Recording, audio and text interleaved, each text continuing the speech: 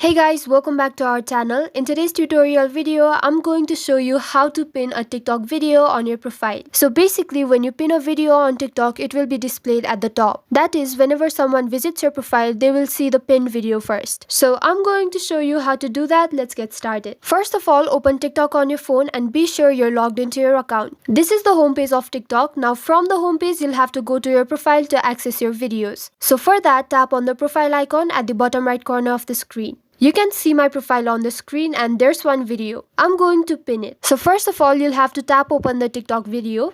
And once you do that, tap on the three dots at the bottom right corner of this video. And on this pop-up menu, you can see the option to pin right besides the save video option. Go ahead and tap on it. And as you can see on the screen, the TikTok video has been pinned. Let's go back and see it. So here you can see that the video has been pinned. Now whenever someone visits my profile, they will see this video at the top. So this is it for the tutorial. I hope it was helpful. Don't forget to like the video and subscribe to our channel for further tutorials. Thank you.